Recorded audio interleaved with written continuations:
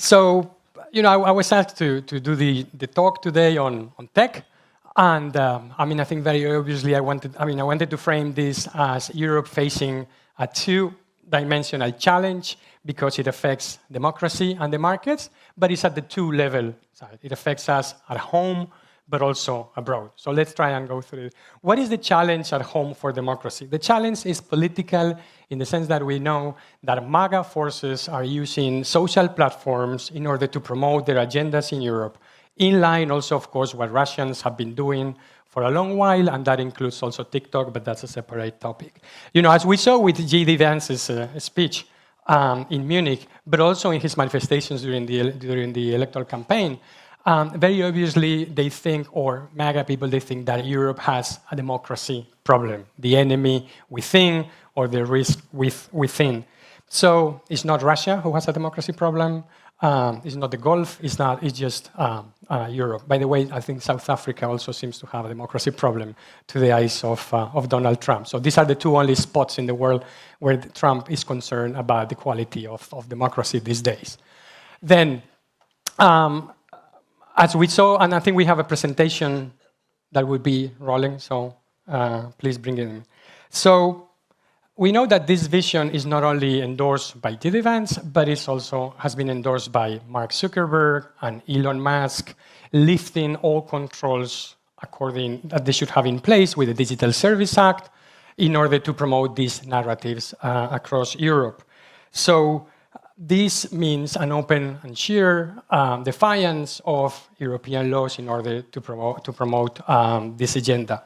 What is the market problem that we have, or the problem that we have at the level at home with US regulation? Is fundamentally the view of this US administration that EU regulations are an attack on the EU sovereignty and US firms. If you go through the memorandum which Donald Trump addressed to the Secretary of Commerce and the Secretary of Treasury in February, it's basically about, it's called protecting American firms from overseas companies from from extortion.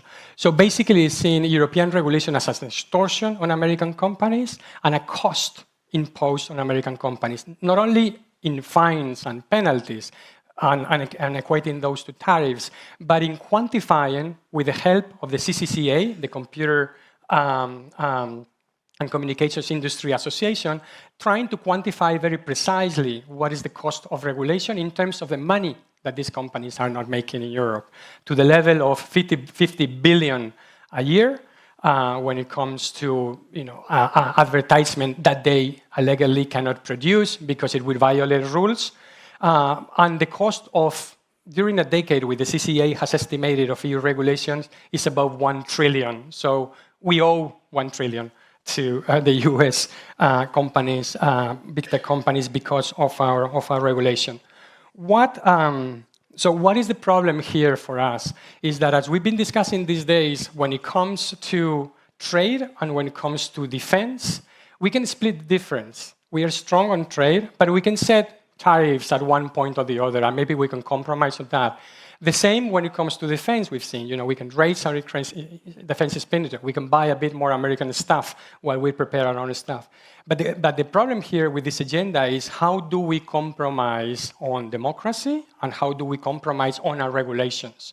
The Digital Service Act was passed by 447 votes, I think, in the European Parliament. It was a large majority of parties comprising political forces from the Conservatives to the Greens. So, it's a key issue related with sovereignty that we have to stand by. So the question here is, do we want to become a MAGA outlet and at the same time a technology colony of the United States, according to this administration? The problems that we face abroad are also related to technology in two different ways. One is the securitization of AI and other technologies. The more technology becomes a central element of the US-China competition, the more problems not only Europeans who are late innovators, but want to be early adopters of technology, of new technologies, are going to suffer. This has started already during the previous administration, as we know, when famously Anthony Blinken described a small garden with a small garden with high fences for 3 critical technologies: semiconductors, AI, and quantum. And we saw that what were the consequences for free European firms like ASML and so forth and so on. But the more this competition becomes heightened, the more problems not only we Europeans, but other regions of the world who want to have access to these technologies are going to have. So typically every technological revolution gives opportunities later down the road to those who were not early adopters. Imagine that you cannot adopt electricity or the steamboat, because you didn't discover that, but then you are denied access to that.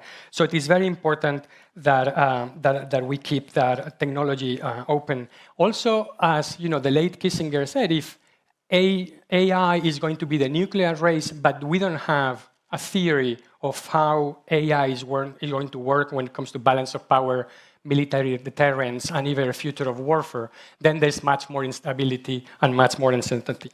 The other issue in which we are challenged by the US is on the undermining of global governance of technology.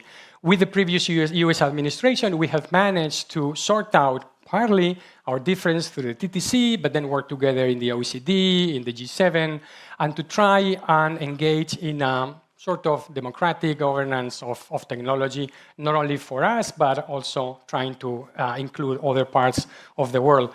As the US pulls out of this multilateral framework, of course, it weakens that and it forces the European Union to take the lead. But also, of course, as the US generates a new pole for innovation, for example, with the Gulf countries, this is something which is not going to be based on values that we recognize, especially when it comes to safety and so on. So for Europeans, fundamentally, and the rest of the world who see technology as a means to advance economic and social goals, all this securitization and all this breakdown of the global government regime is very dangerous. The problem and the challenge for us is that this time the Brussels effect is not going to work, right? Because the Brussels effect and GDPR came out at a time in which technology was not geopolitically contested. It was a nuisance, it was a cost for American companies, but it was nothing that weakened their power and challenged their global dominance, so they adapted. Now they are not, of course, adapting, and they're not planning to adapt.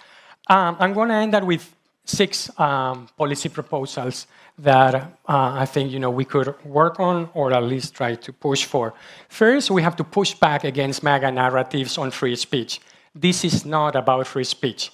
And for that, we just seen how students are asked to produce their social networks to check whether their opinions are compliant with US standards at this point. So refuse to engage in a discussion of this being about free speech. This is about continuing to be unregulated when it comes to social platforms. We have to maintain and even enhance our regulatory ambitions, not water them down when it comes to control competition law, of course, and monopolies and everything that we're trying to do. So we shouldn't carve in and think that we should appease the United States on this. We have, in fact, to use the internal market to leverage the internal market to try and change the incentives of American big tech companies. Instead of lobbying the US government to put pressure on us, many of these companies, they know the European market, they make a lot of money here, they want to stay here, they should do the lobby the other way around. And I think that's very important.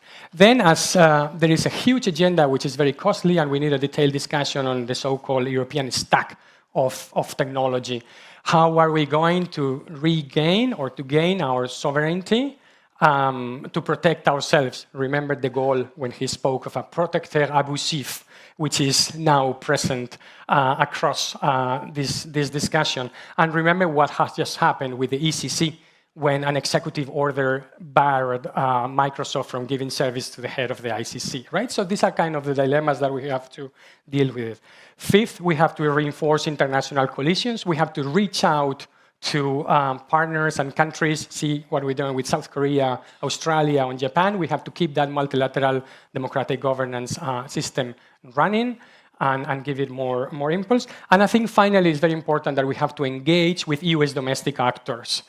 These agendas are shared in the United States. This is not a confrontation between Europe and the United States. It's a vision of things in the United States, and there are many, many people in the US that want to work, and we're working very effectively on this in the previous administration with the Department of Justice of the US, fully aligned with what we were trying to achieve in Europe. And I conclude with a line for Jim O'Brien, who's here, I guess, as well, who said, we should leave a light on. Our role as Europeans to leave a light on for also the US to come back at some point and help us find the way back together into a democratic governance of technology. Thank you so much. It was a pleasure to be here with you. And now I give the floor to Caroline and her panel to continue the discussion. Thank you.